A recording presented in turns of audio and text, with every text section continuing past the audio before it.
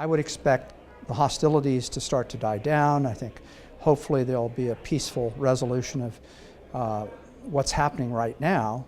And with that, the American military, the French, the British military will all have to demobilize and reposition from those locations, from Syria, from Afghanistan, and other locations.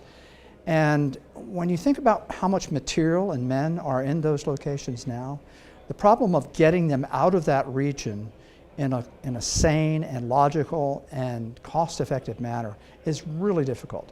So what you need is a positioning place, a distribution point, if you will, where you can collect materials coming out of the region and pre-position them for later disbursement to overseas locations. So it's an ideal position in terms of geography. It's like 3 kilometers from the Syrian border. It's in a non-hostile environment. It has all of the facilities that a port would have, and we call it an inland port. It has rail, it has road, it has air. And our notion is we can build out that facility to accommodate a very large number of demobilization activities. So that's why it's important from the military. The supply chains in the world right now are booming and bursting at the seams. If you don't know it, the world economy is extraordinarily growing rapidly.